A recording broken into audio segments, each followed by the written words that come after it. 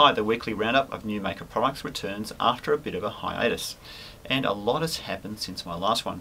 In particular, something that will completely change the electronics maker community.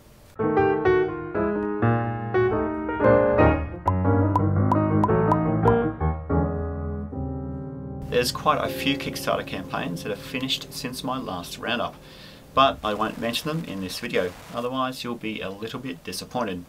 So, on to the new stuff. The Crow Pi is a STEM education thingy.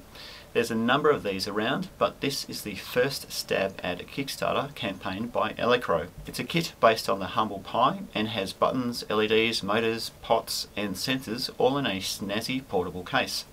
They also have a bunch of lessons you can follow. Udo is upping the ante with the next revision of their SBC called the Bolt. The starting price tag of $229 may seem steep, but for that you are getting a dual-core 3.2 GHz AMD Ryzen SoC with Radeon Vega 3 graphics, 32 GB eMMC and a DDR4 RAM slot. So you'll have to buy your own RAM. They also have other early bird levels that give you 4 GB and 8 GB DDR4 RAM and a Wi-Fi and Bluetooth module. There's also another model that gives you Vega 8 graphics and a quad-core 3.6 GHz SoC. All the boards have 3 M2 key slots, SATA 3.0 and surprisingly an Atmega 32U4 with a standard 26 GPIO Arduino header and GPIO expander with an additional 10 GPIOs. Grove ports, Gigabit Ethernet, USB Type-C, dual HDMI 2.0, dual SODIMM RAM slots, 2 USB 3.0 and powered from a 19 volt DC supply. This SBC is a real powerhouse, and you can drive 4 displays at 4K 60Hz resolution with SATA and Gigabit Ethernet. The addition of the Atmega almost seems an afterthought, and I'm surprised they didn't use a SAMD21 or SAMD51 instead, as you get more features for the same price. It remains to be seen if the Atmega has any power control over the SoC. Coming down from that high, we have the Pearl charger, which I tested in my last mailbag. This is a USB charger with 4 independent ports giving you 2.7 amps per port. It's a pretty decent charger with overload, overcurrent, over temperature and short circuit protection. If you want to see what I think of it, check out my mailbag. Do you remember the Altair 8800? This was the first commercial electronics computer kit running off the 8080 CPU and was really the first SBC. If you want to relive those 70s glory days, then you can pick up the DigiRule 2. It simulates the Altair programming interface using a PIC MCU with address and data LEDs, program, load, save and run buttons. They have a handy Excel spreadsheet that compiles your assembler into machine code for you, so you can enter it into the ruler. Pretty cool. Oh, and it's also a ruler, I think. The Up guys are back at it again with the Ai Edge Kickstarter. This campaign isn't just for one board, but a whole stack of boards and kits, some of which were launched back in February. They have the AI Core M2 card, which runs 2 Intel Movidius VPUs and 512 meg RAM. Then there's the Vision Plus board, which runs 3 Intel Movidius VPUs and 512 meg RAM, Gigabit Ethernet, 2 USB 3.0 ports, and mini PCIe expansion.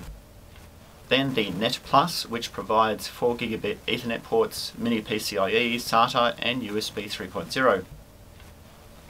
Then they have an Up Squared AI Vision Dev Kit with an Up Squared E3950 SoC, 1080p camera, AI Core M2 card, enclosure and power. Most of the pledges aren't cheap, but you're getting some pretty serious AI grunt.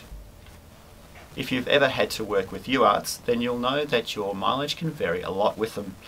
Over at Crowd Supply, the UART looks to address a lot of the issues you can get with USB to UART bridges.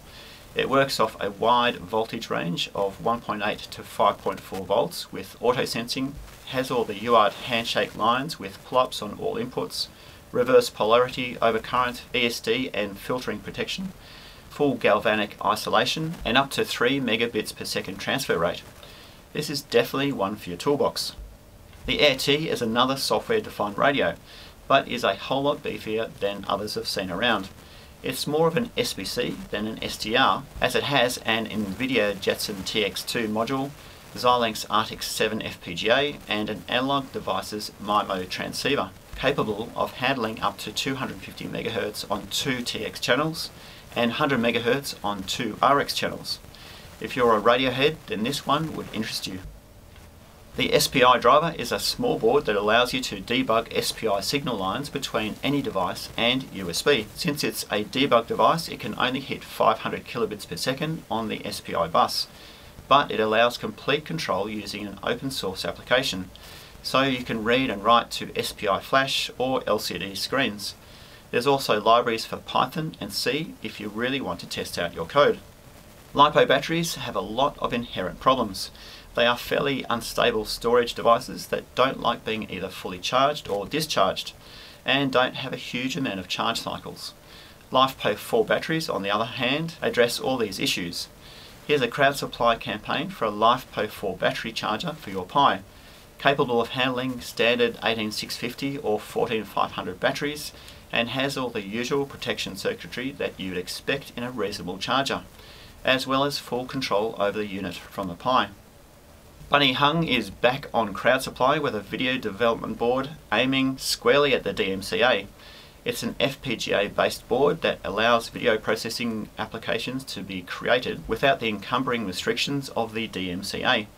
For example, adding pixels to an encrypted bitstream without decrypting, or have full processing access to an unencrypted stream. It can handle 2 HDMI input streams at 1080p 60Hz, and output to 2 HDMI ports, and can interface to any ordinary PC via a PCIe bus or using a Raspberry Pi. If you're using a Raspberry Pi, then you can power the whole shebang from a 12-volt DC jack. Over at GroupGets, they have a couple of fingerprint sensors in.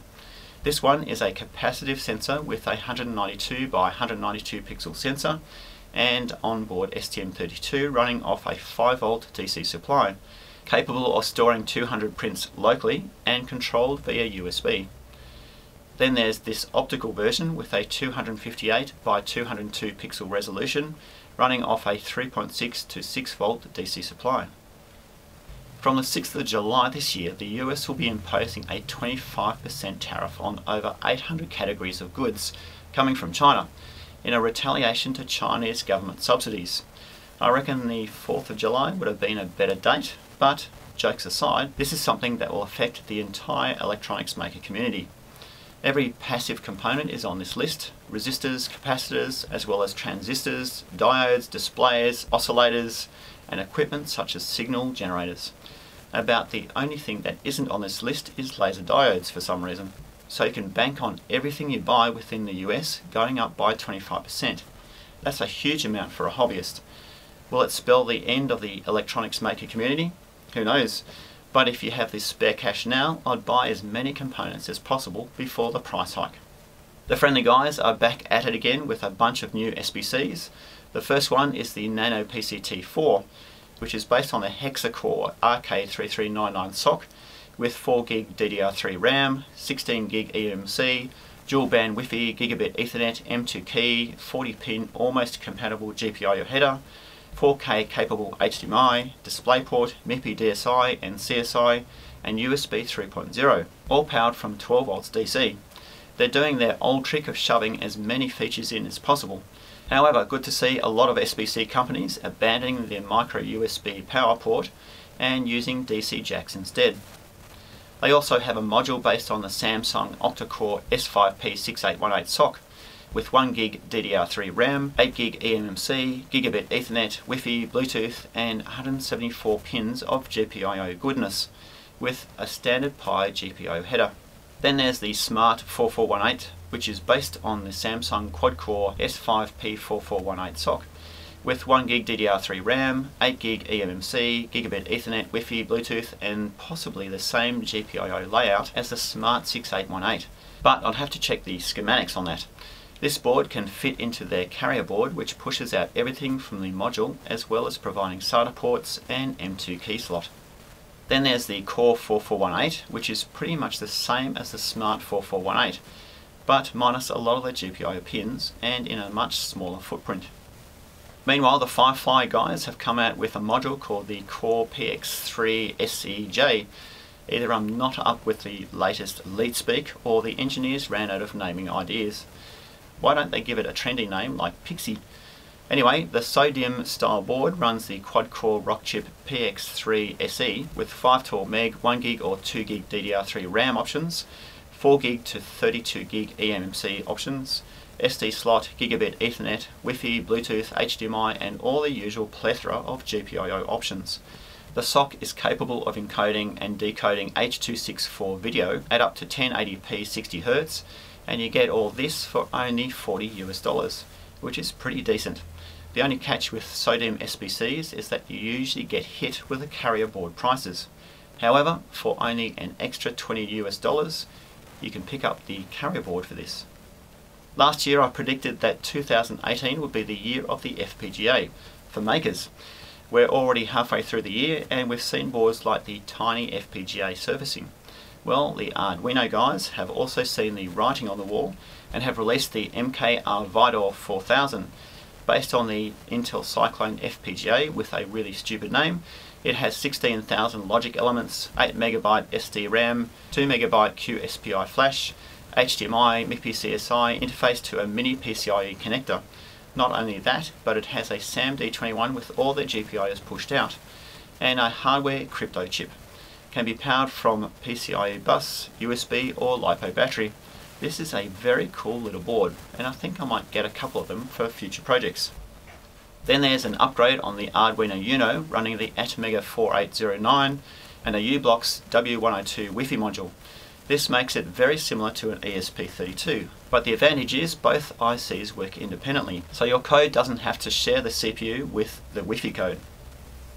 Then there's the Arduino MKR MB1500 using a SAMD21 and a U-Blox Sarah R410M module. Powered from 5V USB or LiPo, this is a pretty cool module capable of NB-IoT and LTE Cat M1. I'm pretty sure this is the smallest mobile network board I've seen. And finally there's the MKR Wi-Fi 1010 running a SAMD21 along with a U-Blox Nano W10 module. This is based on the ESP32, so it provides pretty much the same lineup. Like the MKR NB1500 has the same GPIOs, power options and footprint. The Akkada guys have come out with an expansion board called the Akkada Stone. This is an audio processing board running an XMOS XU208, which is a pretty grunty 8-core real-time SoC. It also has a 32-bit stereo DAC with some decent audio specs. You can sample up to 768 kHz at 32-bit resolution with a very low jitter, and can transcode in real time to several different audio codecs. There's a bunch of new stuff over at my favourite maker store Tindy. This is yet another board providing an interface to the Pi 3B Plus's PoE capability. Allows a PoE voltage level of 37 to 57 volts and provides a steady 5 volts at 2.5 amps max to the Pi. This next one is a breakout for the CM3065 solar LiPo charger IC. It can charge a LiPo at up to 500 mA from a 6V solar panel input, whilst providing a continuous 5 volts out. If you're running out of buttons, then this one gives you no excuse. Running a 144-pin STM32, it pushes out 108 GPIOs to be used for joysticks and buttons. Not only that, but it provides a USB HID interface for up to 4 joysticks. If you're into games, the Tiny Pro is the next revision of the Tiny Pi. It's not yet for sale, but a place marker instead. This is planned to have a higher res 240 by 240 screen and LiPo battery charging and management to run off a Pi Zero. Looks pretty cool. And then there's the Game Boy Null, which runs off an ILI 9341 LCD screen, TP4056 LiPo charger, and lots of buttons to mash. Speaking of buttons, I'm always looking for unusual or interesting input devices. This is one of them. It's a fairly simple breakout for a 360-degree rotational encoder with 4-way directional and central button. I might pick up a bunch of these for my new video editing desk. If you're stuck for GPIOs like I was in my Pi projector board, then you can use something like the MCP23017. This one is the 16 GPIO version, handy to have around if you're struggling for simple GPIOs. It can't handle PWM on the GPIOs, but good for buttons, switches and general control. Over at IT, they have come out with the Sonoff iFan 02. This replaces a standard fan control mechanism with a Wi-Fi enabled one. Provides 3 fan speeds and dimming control over a light, as well as an IR remote.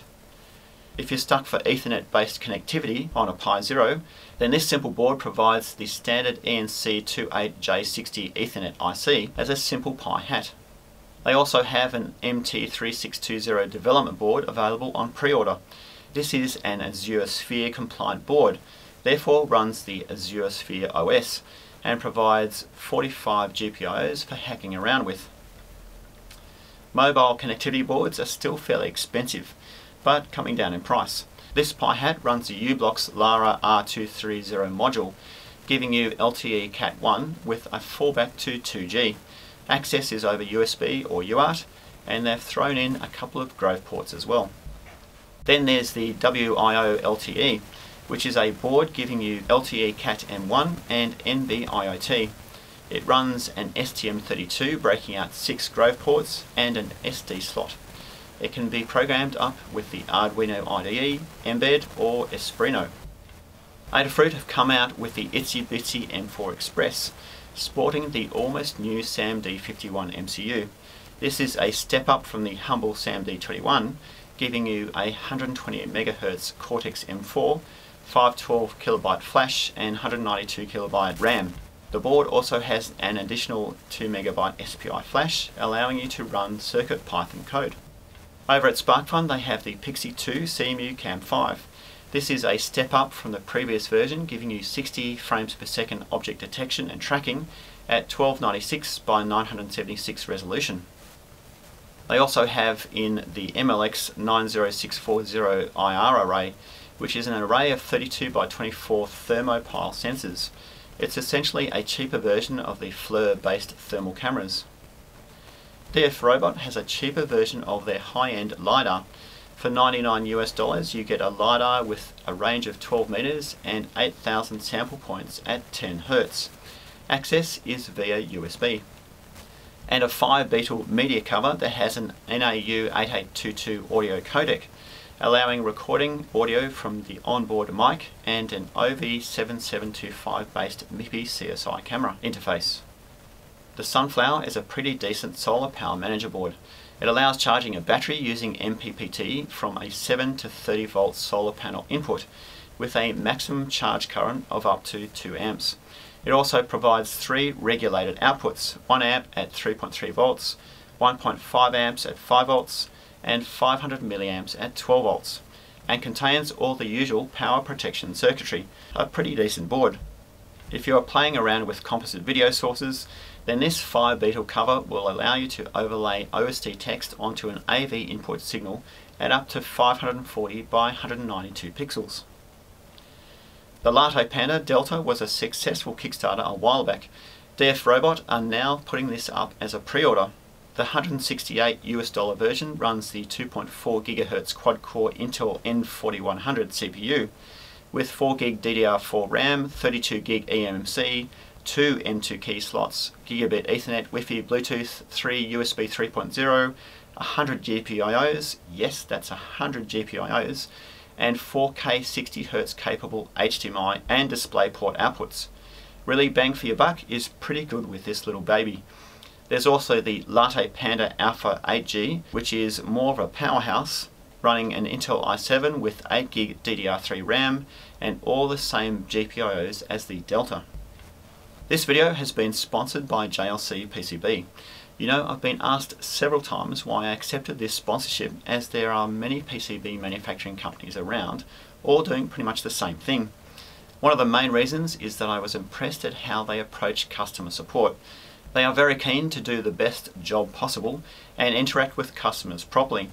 That's quite rare for a China-based company. So if you really do want some high quality PCBs with a fast turnaround time and good customer support, then check them out. You can pick up 10 PCBs for only $2, and if you're a first time customer, you'll get $20 off shipping on your first order.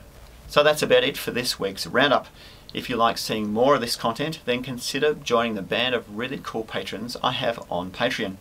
The more support I get, the more I can work on producing videos like this. And don't forget to hit like and subscribe to this channel so you'll be notified when I publish new videos. Thanks for watching, and see you next week.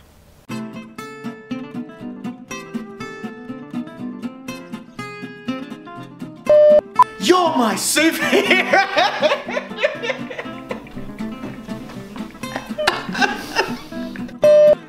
Oh, just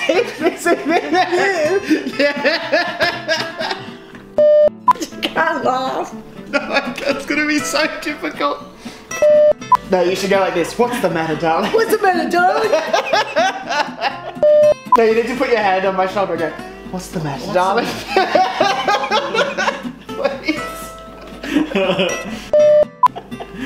Please tell me you were recording that. I was.